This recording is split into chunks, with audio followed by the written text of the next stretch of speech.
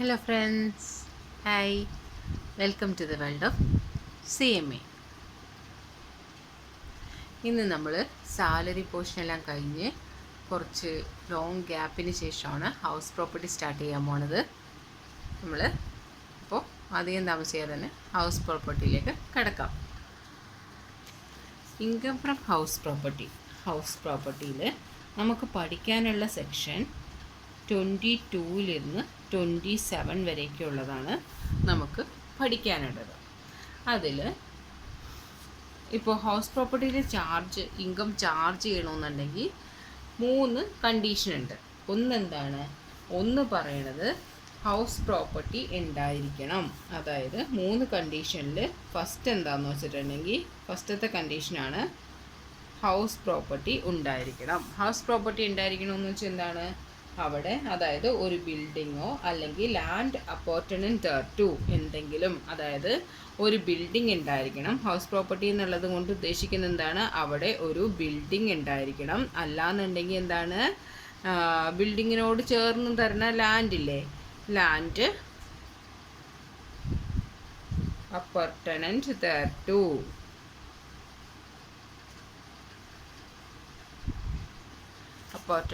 To.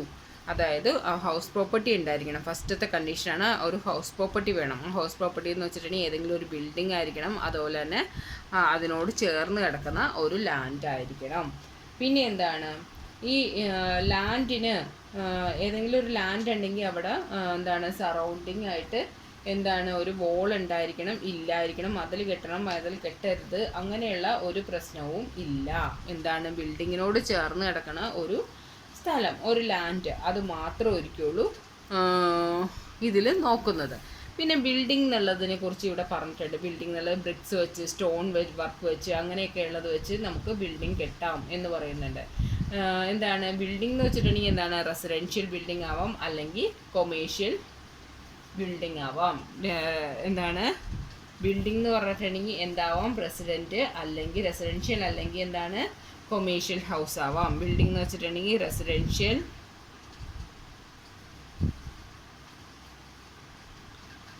And commercial. Okay, ഏതൊക്കെ തരത്തിലുള്ള building ആണ്, റെസിഡൻഷ്യൽ ആവാം അല്ലെങ്കിൽ കൊമേഴ്ഷ്യൽ ബിൽഡിംഗ് ആവാം. പിന്നെ നോൺ റെസിഡൻഷ്യൽ ഹൗസ് പ്രോപ്പർട്ടി ആണെന്നുണ്ടെങ്കിൽ അതിന് റൂഫ് നിർബന്ധമല്ല. നോൺ റെസിഡൻഷ്യൽ ഹൗസ് പ്രോപ്പർട്ടി ആണെന്നുണ്ടെങ്കിൽ അതിന് റൂഫ് വേണമെന്നില്ല. ഓക്കെ, അതായത് എക്സാമ്പിൾ എന്താണ്, സ്വിമ്മിംഗ് പൂള്, അതെല്ലാം. സ്വിമ്മിംഗ് പൂളിലൊന്നും റൂഫൊന്നും ഇല്ലല്ലോ, അതിനാണ് പറയണത്. അല്ലെങ്കിൽ ഒരു വലിയൊരു സ്റ്റേഡിയം, അങ്ങനെയുള്ളതൊക്കെ ഇതിന് എക്സാമ്പിളായിട്ട് പറയാം.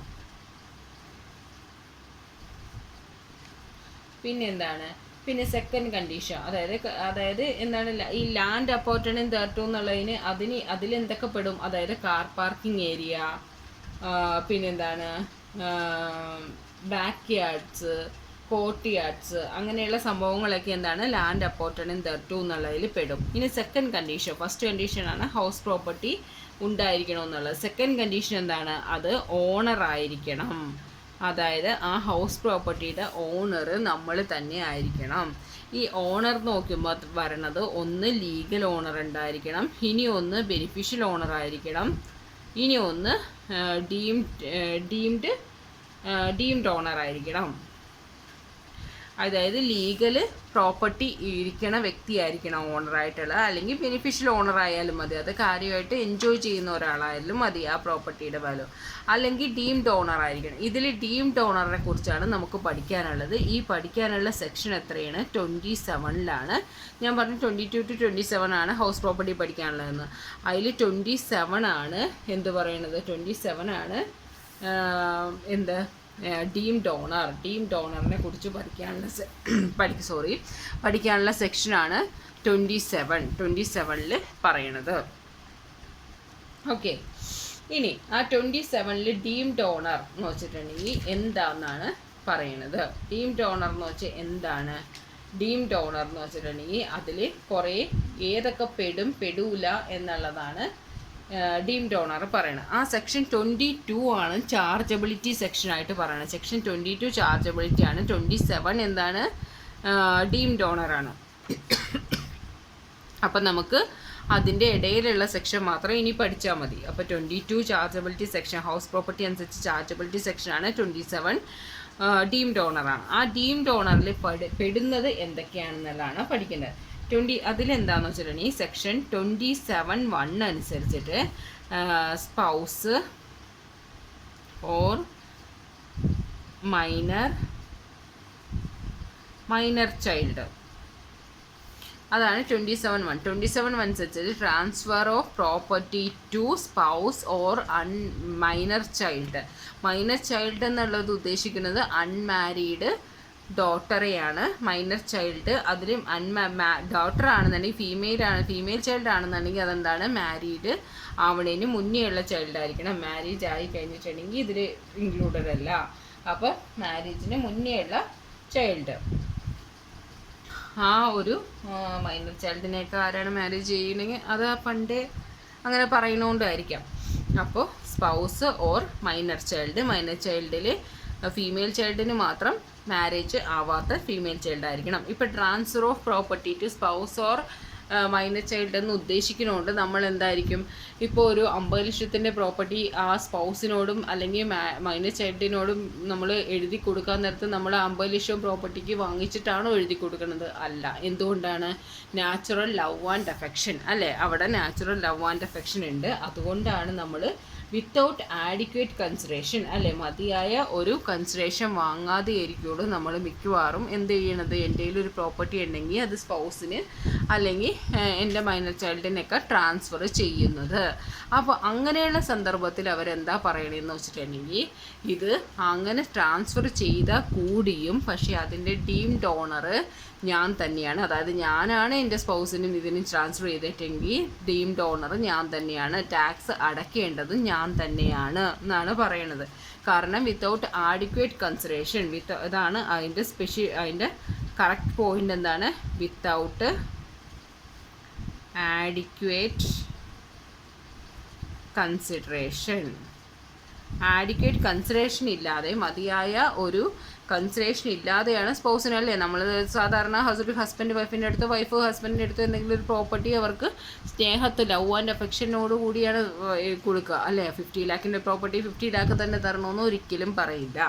അതുകൊണ്ടാണ് പറയുന്നത് അങ്ങനെയുള്ള ഒരു ഇതിൽ വരാൻ നേരത്തേക്കും ഡീംഡ് ഓണർ ട്രാൻസ്ഫറർ തന്നെയാണ് ഡീംഡ് ഓണറായിട്ട് പറയുന്നത്. ഇനി 27(2) അനുസരിച്ചിട്ട് എന്താ പറയുന്നത്? ഇംപാർഷ്യബിൾ എസ്റ്റേറ്റ്.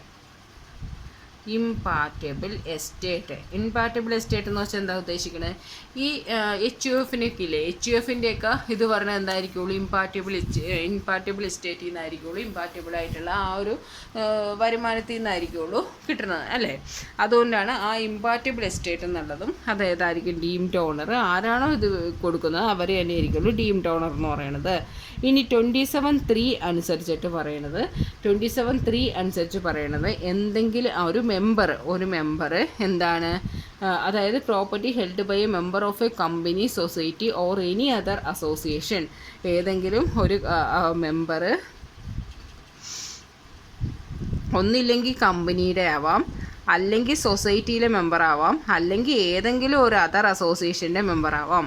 അങ്ങനെയുള്ള ഒരു മെമ്പർ അവിടെയുള്ള ഒരു ആ പ്രോപ്പർട്ടി ഇനി ഒരാൾക്ക് വേണ്ടിയിട്ട് റെൻറ്റിന് കൊടുക്കുകയോ അങ്ങനെ എന്തെങ്കിലും കൊടുക്കുകയോ ചെയ്തിട്ടുണ്ടെങ്കിൽ പക്ഷേ എന്താണ് അതിൽ കണ്ടീഷൻ പറയണതെന്ന് വെച്ചിട്ടുണ്ടെങ്കിൽ, മെമ്പർ എന്താണ് ഈ കമ്പനിയുടെ, സൊസൈറ്റിയുടെയോ അതർ ഏതെങ്കിലും ഒരു അസോസിയേഷൻ്റെയോ മെമ്പർ ആയിരിക്കണം. ആ മെമ്പർ എന്നുള്ള പവർ ഉപയോഗിച്ചായിരിക്കണം ഇനി ഒരു പ്രോപ്പർട്ടി സെയിലാക്കുന്നതോ അല്ലെങ്കിൽ റെൻറ്റിന് കൊടുക്കുന്നതോ അങ്ങനെ എന്തെങ്കിലുമൊക്കെ ചെയ്യുന്നത് ഈ ഒരു പവർ ഉപയോഗിച്ചിട്ടാണ്, ഇവിടുത്തെ മെമ്പർ ആണെന്നുള്ള ഒരു പവർ ഉപയോഗിച്ചിട്ടായിരിക്കണം ഈ പ്രോപ്പർട്ടി എന്തിനു കൊടുക്കുന്നത്, എന്തെങ്കിലും ലീസിനോ എന്തിനെങ്കിലും കൊടുക്കുന്നത് ഈ ഒരു പവർ ഉപയോഗിച്ചിട്ടായിരിക്കണം.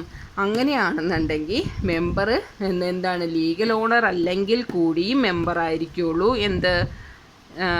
എന്ത് പറയണത്, ബെനിഫിഷ്യൽ ഓണറായിട്ട് വരണത്. മനസ്സിലായോ? അതായത് ഒരു കമ്പനി, അസോസിയേഷൻ അങ്ങനെയുള്ള അവർക്ക് ഇപ്പോൾ ഒരു പ്രോപ്പർട്ടി എന്തെങ്കിലും ഒരു ഇതുണ്ടെന്നുണ്ടെങ്കിൽ ആ മെമ്പർ ഈ കമ്പനിയിലെ മെമ്പറാണ്, ലിമിറ്റഡിലെ മെമ്പറാണ് ഞാനെന്നുള്ള ആ ഒരു പരിഗണന വെച്ചിട്ടാണ് അവിടെ ആ പ്രോപ്പർട്ടി ലീസിന് കൊടുക്കാനായിട്ട് പോണത്. അവർ അംഗീകരിക്കുന്നത് ഓക്കെ ഈ ലിമിറ്റഡ് എന്നുള്ള കമ്പനിയിലെ മെമ്പറാണല്ലോ ഇദ്ദേഹം, അപ്പോൾ ഇങ്ങനെ അദ്ദേഹം പറഞ്ഞത് കറക്റ്റ് ആയിരിക്കും എന്നുള്ള ആ ഒരു രീതിയിലാണ് അവർ അംഗീകരിക്കുന്നത്.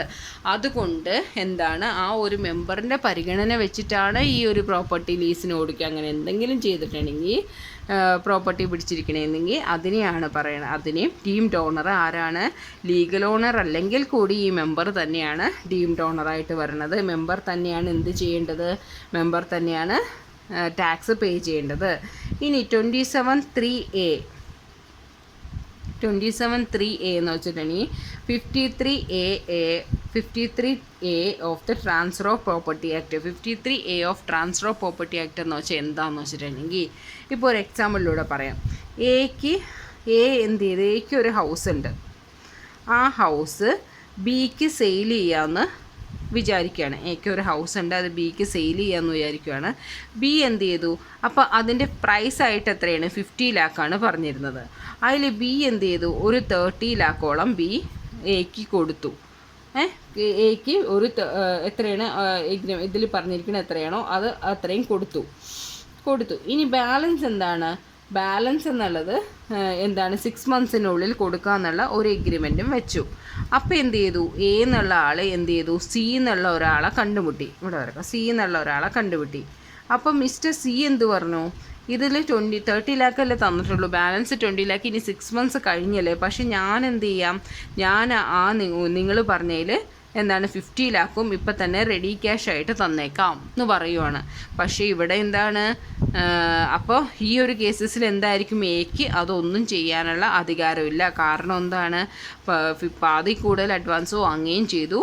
എന്താണ്, അത് എഗ്രിമെൻറ്റ് വെച്ചിട്ടുണ്ട് 6 മന്ത്സിന് ഉള്ളിൽ അത് ചെയ്യാമെന്ന്. അതുകൊണ്ട് തന്നെ ഈ കേസസിൽ എന്താണ്, ബി ആയിരിക്കുള്ളൂ ടീംഡ് ഓണറായിട്ട് വരുന്നത്. ഇനി 27(3)(b) അനുസരിച്ച് 27(3)(b) അനുസരിച്ച് പറഞ്ഞ് 269 UAF അതായത് ഏതെങ്കിലും ഒരു ലാൻഡ് എന്തെങ്കിലും ഒരു സംഭവം ലീസിന് കൊടുക്കുവാണ്. ആ ലീസ് പീരീഡ് എന്നുള്ളത് 12 ഇയേഴ്സിനേക്കാളും കുറയാൻ പാടില്ല. പിന്നെ ആ 12 ഇയേഴ്സ് എന്നുള്ളത് എന്താണ്, 12 ഇയേഴ്സ് എന്നുള്ളത് ഒറ്റയടിക്ക് 12 ഇയേഴ്സ് ലീസിന് എടുക്കണമെന്നില്ല. പക്ഷെ എന്ത് ചെയ്യാം, ആ 12 ഇയേഴ്സ് എന്നുള്ളത് നമുക്ക് പാർട്ടായിട്ട് എടുക്കാം. പക്ഷേ ഒരു വർഷത്തിൽ കുറഞ്ഞ പാർട്ടായിട്ട് ഒരിക്കലും നമുക്ക് എടുക്കാനുള്ള അവകാശമില്ല. അതായത് ഒരു 8 മാസം വെച്ച്, പിന്നെ ഒരു 8 മാസം കൂടി വെച്ച്, പിന്നെ അതൊരു 4 മാസം വെച്ച്, അങ്ങനെ 12 വർഷം ആയതായിരിക്കരുത്. പക്ഷേ എന്തായിരിക്കണം, ഒരു 8 വർഷം വെച്ച്, പിന്നെ ഒരു 2 വർഷം വെച്ച്, പിന്നെ ഒരു 2 വർഷം കൂടി വെച്ച്, അങ്ങനെ വന്ന ആ ഒരു ഇതാണെങ്കിൽ മാത്രമേ എന്ത് ചെയ്യാൻ പറ്റുള്ളൂ, 269 UAF അനുസരിച്ചിട്ട് ഇതയാളെ ആ ലീസിന് എടുത്തിരിക്കുന്ന ആളെ 12 വർഷം ഉണ്ടെന്നുണ്ടെങ്കിൽ എന്തായിട്ട് കണക്കാക്കാൻ പറ്റുള്ളൂ, ഡീംഡ് ഓണറായിട്ട് കണക്കാക്കാൻ പറ്റുള്ളൂ. ഓക്കെ, അപ്പോൾ 2 കണ്ടീഷൻ നമ്മൾ പഠിച്ചു. ഫസ്റ്റ് കണ്ടീഷൻ എന്തായിരുന്നു, ഒരു ഹൗസ് പ്രോപ്പർട്ടി ഉണ്ടായിരിക്കണം. സെക്കൻഡ് കണ്ടീഷൻ എന്തായിരിക്കണം, ആ ഓണർ ആയിരിക്കണം. പിന്നെ തേർഡ് കണ്ടീഷൻ എന്താണെന്ന് വെച്ചിട്ടുണ്ടെങ്കിൽ not used in business or profession. ഇതെന്താണ്, ബിസിനസ്സോ പ്രൊഫഷന് വേണ്ടിയിട്ട് ഉപയോഗിക്കാൻ പാടില്ല.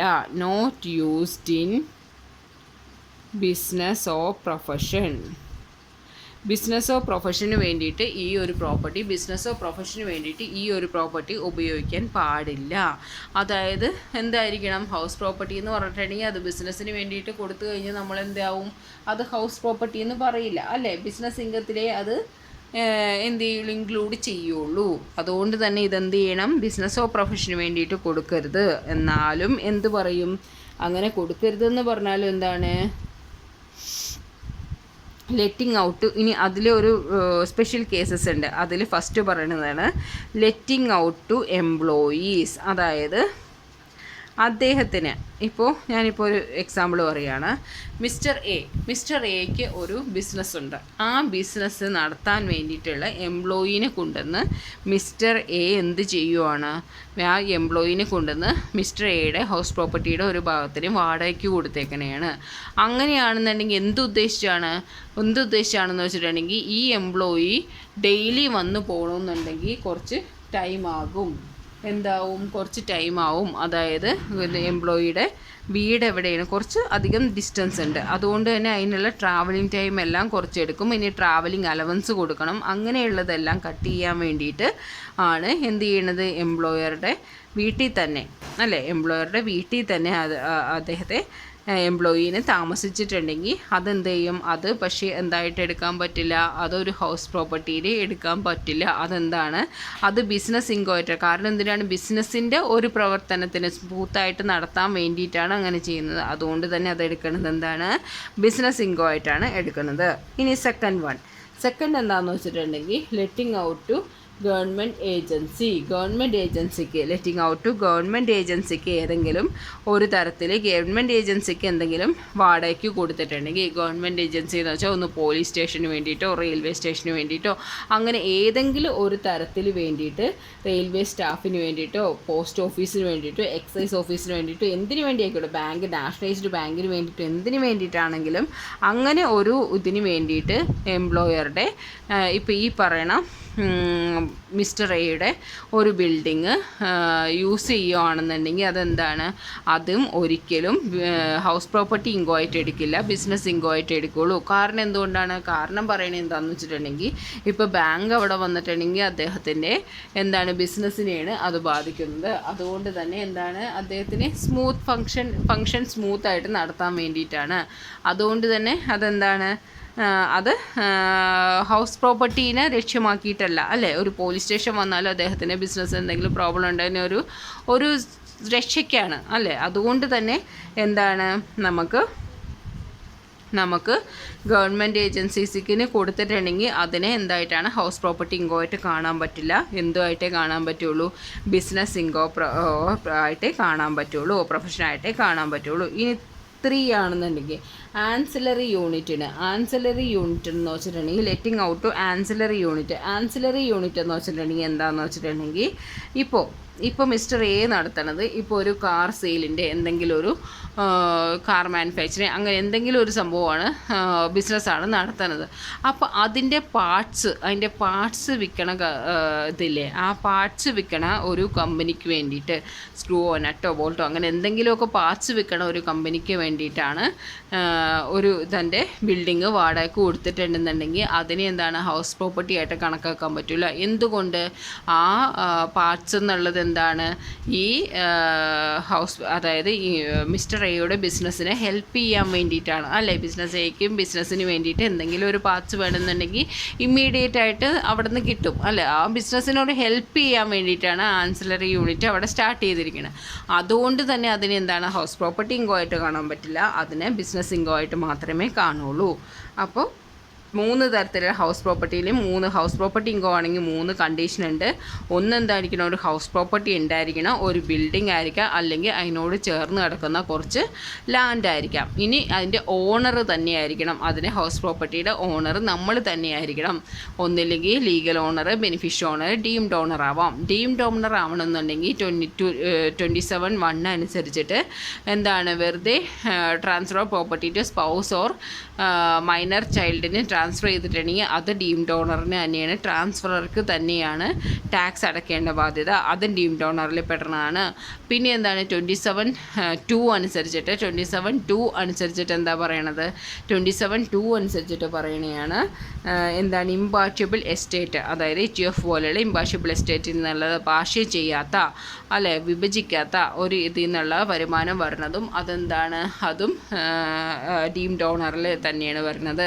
പിന്നെ 27(3) അനുസരിച്ചിട്ട് പറയുന്നത് എന്താണ്, 27(3) അനുസരിച്ചിട്ട് പറയുന്നതാണ് ഒരു മെമ്പർ കമ്പനിയുടെയോ സൊസൈറ്റിയുടെയോ അങ്ങനെ ഏതിൻ്റെയെങ്കിലും ഒരു മെമ്പർ അദ്ദേഹത്തിൻ്റെ മെമ്പർഷിപ്പ് ഇവിടുത്തെ ആ ഒരു മെമ്പർഷിപ്പ് യൂസ് ചെയ്തുകൊണ്ട് ഏതെങ്കിലും ഒരു പ്രോപ്പർട്ടി ലീസിന് കൊടുക്കുകയോ അങ്ങനെ എന്തെങ്കിലും റെൻറ്റിന് കൊടുക്കുകയോ എന്തെങ്കിലും ചെയ്തിട്ടുണ്ടെങ്കിൽ അതും എന്തായിട്ട് വരും, ഡീംഡ് ഓണറായിട്ടേ വരുള്ളൂ. അദ്ദേഹത്തിന് ലീഗൽ ഓണർഷിപ്പ് ഇല്ലെങ്കിൽ കൂടിയും അദ്ദേഹമാണ് ടാക്സ് പേ ചെയ്യേണ്ടത്.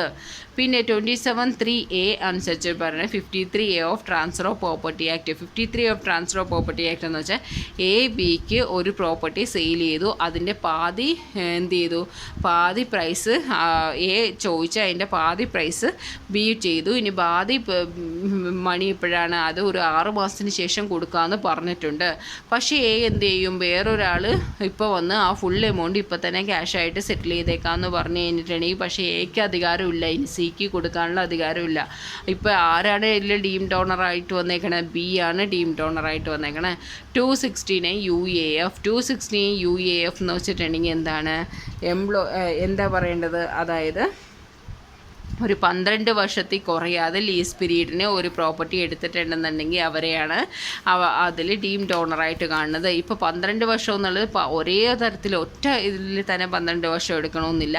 പക്ഷേ എന്താണ്, പാർട്ടായിട്ട് എടുക്കാം. പക്ഷേ ആ പാർട്ടിൽ 1 ഇയറിന് കുറവായിട്ട് എടുക്കണം. ആ ഒരു ഇയർ അതിൽ കാൽക്കുലേറ്റ് ചെയ്യില്ല. Not used in business of profession. Not used in business of profession എന്ന് വെച്ചാൽ എന്താണ്? അതായത് അത് ബിസിനസ്സിനോ പ്രൊഫഷനോ വേണ്ടിയിട്ട് ആ ഹൗസ് പ്രോപ്പർട്ടി യൂസ് ചെയ്യാൻ പാടില്ല. എന്തിനാണ് യൂസ് ചെയ്യാൻ പാടില്ല എന്ന് പറഞ്ഞിട്ടുണ്ടെങ്കിൽ എന്താണ്? ഹൗസ് പ്രോപ്പർട്ടി ബിസിനസ്സോ പ്രൊഫഷന് വേണ്ടി യൂസ് ചെയ്തിട്ടുണ്ടെങ്കിൽ അത് ബിസിനസ് ഇൻകോ ആവുകയുള്ളൂ. അപ്പോൾ അതിനുള്ള ഇതെന്താ പറയണത്? അത് എന്താണ്? എംപ്ലോയർ ആ കമ്പനിയുടെ അവരുടെ ബിസിനസ് സ്ഥാപനത്തിന് എംപ്ലോയീനെ കൊണ്ടുവന്ന് അവിടെ താമസിപ്പിക്കാൻ പാടില്ല. ആൻസിലറി യൂണിറ്റ് ഒന്നും അവിടെ സ്റ്റാർട്ട് ചെയ്യാൻ പാടില്ല. ഗവൺമെൻറ് ഏജൻസീസിക്ക് ഇത് ലെറ്റ് ഔട്ട് കൊടുക്കാനായിട്ട് പാടില്ല. അത്രയാണ് ഇൻകം ഫ്രം ഹൗസ് പ്രോപ്പർട്ടിയുടെ കണ്ടീഷൻസിൽ പറയണത്. ഓക്കെ.